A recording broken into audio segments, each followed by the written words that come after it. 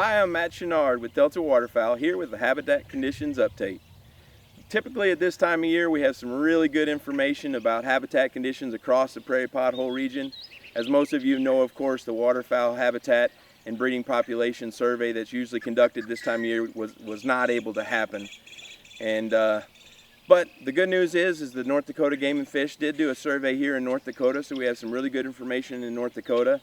And Frank Rohwer, our President and Chief Scientist, was recently up in the prairies of Canada, so he has some really good updates from up there. We'll start with some updates from Frank in Prairie Canada.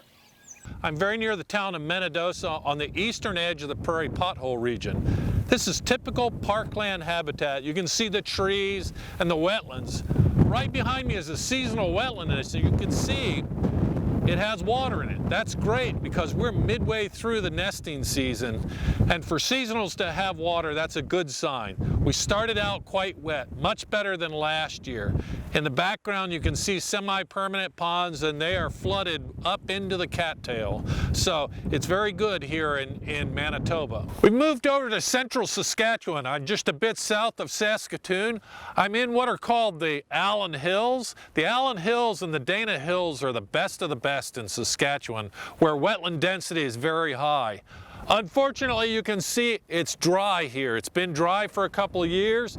There's a mud border here. The semi-permanent ponds mostly have water, but it's not flooded up into the cattails here, and so not the best of condition for diving ducks for sure, and fair for dabbling ducks. So conditions here in central Saskatchewan, fair at best. We're in the grasslands of southern Saskatchewan, and you can barely tell it, but that's a seasonal wetland behind us. For 3 years it's been dry as a bone here, and so the farmer's been able to actually cultivate right through the pond. Pond will be fine, and if it gets wet here next year, there'll be ducks back in this pond. But right now you can see it's dry in southern Saskatchewan. Here in the grasslands of south central Saskatchewan, it is really dry. You can see large wetlands have been bone dry for some time. Thanks, Frank. Well, as you heard, conditions in Prairie Canada are kind of a mixed bag, but generally fairly dry, especially Saskatchewan, and that's very similar to last year, where conditions were really dry in Saskatchewan.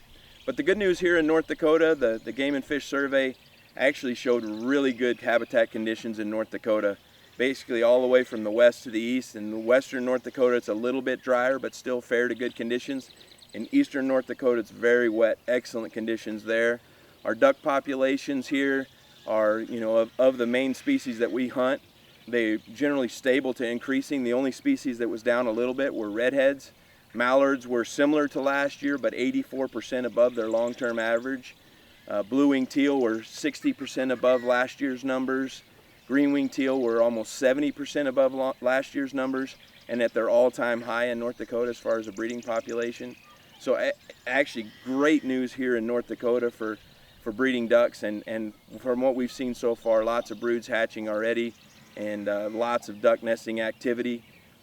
Rain, we've had pretty good rain in the eastern part of the Dakotas here, and so that's kept those habitat conditions in really good shape. South of the border in South Dakota, also great habitat conditions all the way from the west to the east, especially in the east, or flooding there. Great wetland conditions for ducks and breeding ducks. We're optimistic about the production potential from North Dakota and South Dakota. Of course, also of interest to waterfowl hunters are Canada geese. In North Dakota, the Canada goose numbers are up 6% from last year. Their numbers continue to increase in the state, and we've already seen lots of Canada goose broods, so that's setting up nicely for the early goose seasons here that are coming up in August. So overall, the habitat conditions are kind of a mixed bag, but on the U.S. side, they're very good, and we're optimistic that the production here from North Dakota and South Dakota will help offset some of that lost production in Prairie Canada. That's it for our habitat conditions update. We'll have a later report later in the summer prior to the hunting season to give you an idea of our expectations for the fall flight.